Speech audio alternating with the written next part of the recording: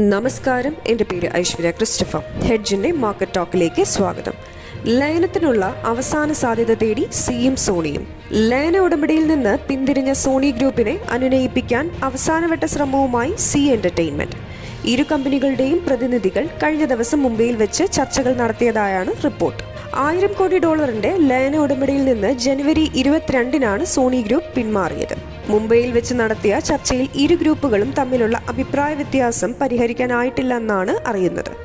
സോണിയുടെ ആവശ്യങ്ങൾ അംഗീകരിക്കാനാകുമോ എന്ന കാര്യത്തിൽ 2 ദിവസത്തിനുള്ളിൽ സി എന്റർടൈൻമെന്റ് നിലപാട് അറിയിക്കുമെന്നാണ് പ്രതീക്ഷിക്കുന്നത്. ലയന ഇടപാടിൽ നിന്ന് സോണി പിന്മാറിയത് സി എന്റർടൈൻമെന്റ് MD-യും CEO-യുമായ പുനീത് ഗോയങ്ക ലയനത്തിന് ശേഷം കമ്പനിയുടെ നേതൃപദവിയിൽ തുടരുന്നതിനെ ചൊല്ലിയാണ്. സെബിയുടെ അന്വേഷണം നേരിടുന്ന ഗോയങ്ക കമ്പനിയുടെ ഏതെങ്കിലും എക്സിക്യൂട്ടീവ് പദവി വഹിക്കുന്നതിനോട് സോണിക്ക് യോജിപ്പില്ല. സോണി ഇന്ത്യ മേധാവി NP സിംഗിനെ ലയനത്തിന് ശേഷമുള്ള കമ്പനിയുടെ MD സ്ഥാനത്ത് നിയോഗിക്കണമെന്നായിരുന്നു സോണിയുടെ ആവശ്യം. ഇത് അംഗീകരിക്കാൻ സിയും തയ്യാറായില്ല.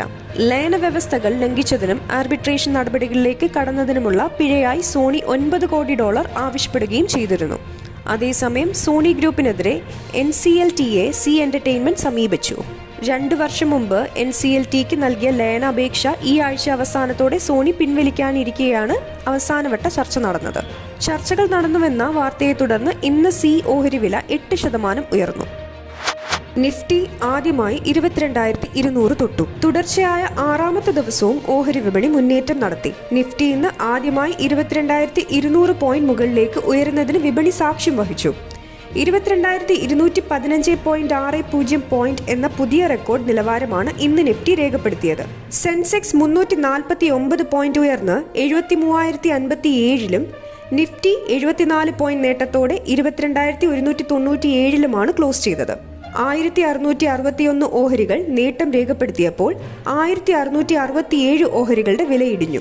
65 ഓഹരികളുടെ വിലയിൽ മാറ്റമില്ല. Power grid corporation, HDFC bank, axis bank, NTPC, Kotak Mahindra bank എന്നിവയാണ് ഇന്ന് നേട്ടത്തിൽ മുന്നിൽ നിന്ന നിഫ്റ്റി ഓഹരികൾ.